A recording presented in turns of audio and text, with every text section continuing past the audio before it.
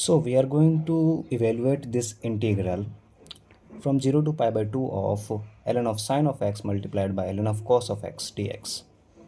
So in the last post, I showed the series expansion, the Fourier series expansion, if you will, for these two expressions, which is ln of sine of x is equal to negative ln of 2 minus sum from k is equal to 1 to infinity of cos 2kx over k, and x is in between 0 to pi. And for ln of sine of x, it is negative of ln of 2 minus sum from n is equal to 1 to infinity negative 1 to the power of n cos 2 nx over n. And here x belongs to negative pi by 2 to pi by 2.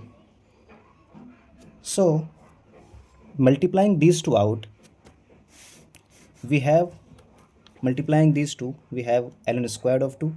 Then multiplying this with this term, we have ln of 2 with this sum. Then multiplying this sum with this, we have ln of 2 with that sum. And multiplying these two sums together, we have this here. And now we will integrate all of these four parts separately.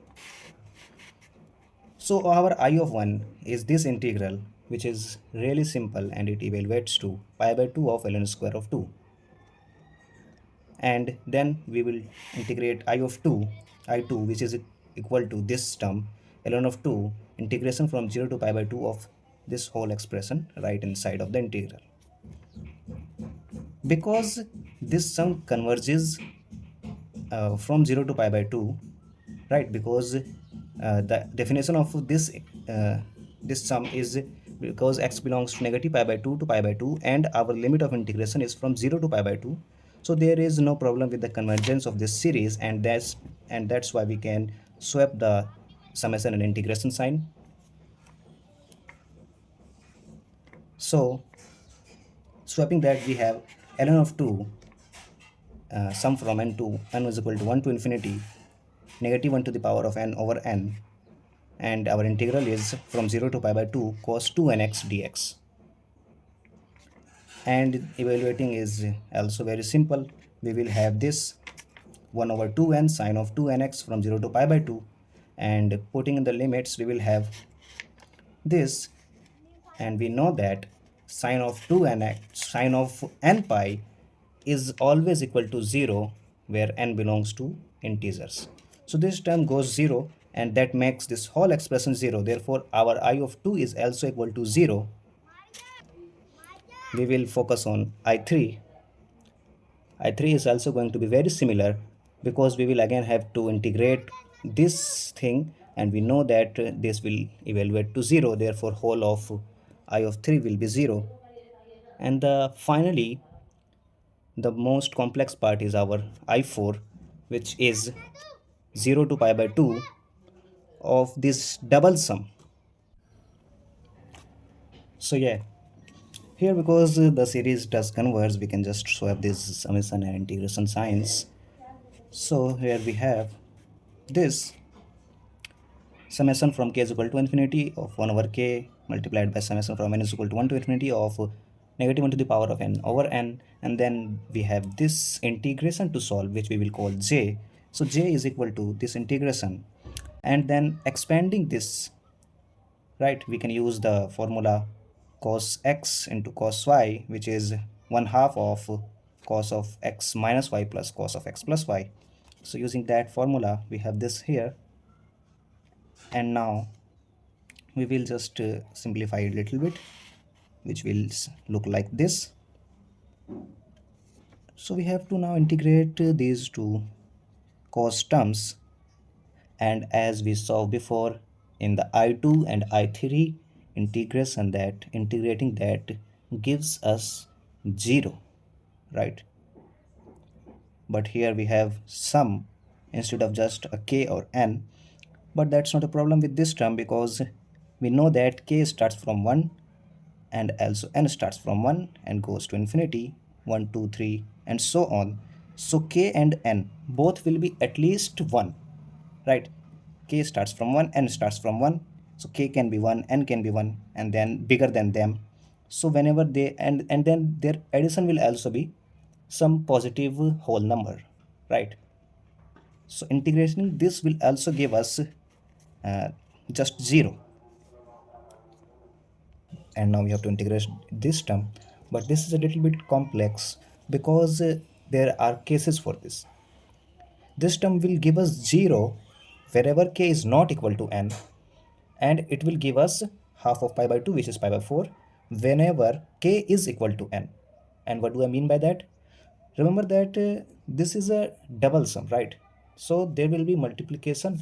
This is an infinite series, this is an infinite series, so we will have a multiplication grid like this. So a1, the first term from this sum, will get multiplied with the first term from this sum.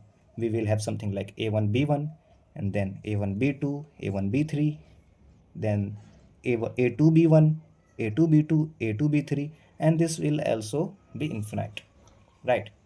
So the only those terms will survive where their index are equal, that is k is equal to n, which means these diagonal terms, only these terms will survive.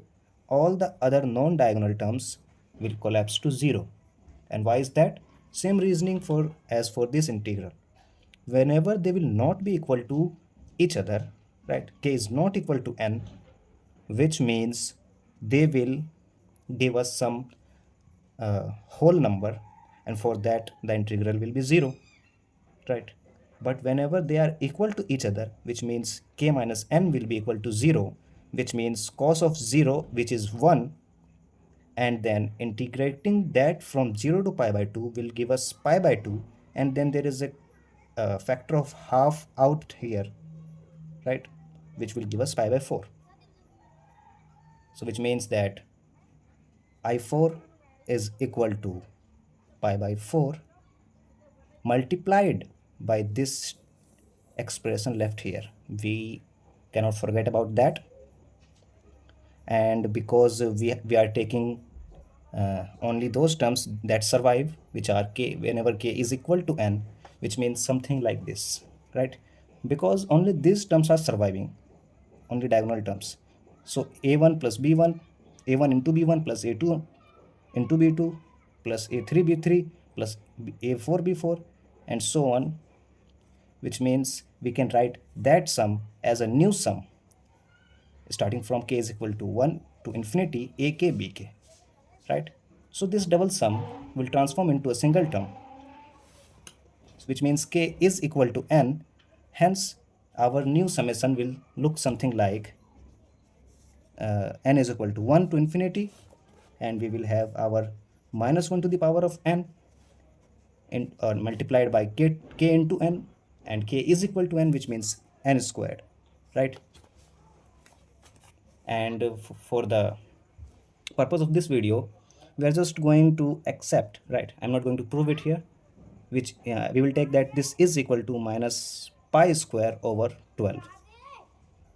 I might add it later if I feel like it, or I will just post its proof on Insta.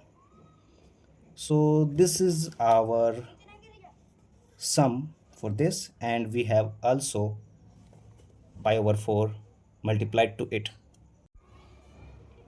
So as we discussed, I4 will equal to pi over 4 times this summation, which turned out as negative pi square over 12, right?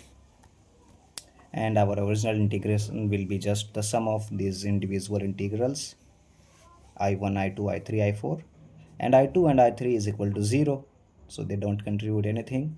We have I1 is equal to this, I4 is equal to this, and using this fact we will just plug in the values, and we will get I is equal to pi over 2 ln square of 2 plus pi by 4 multiplied by negative pi square over 12, which is pi cube over 48, which means finally we have our answer. Integral from 0 to pi by 2 of natural log of sine of x multiplied by natural log of cos of x is equal to pi over 2 ln squared of 2 minus pi cube over 48.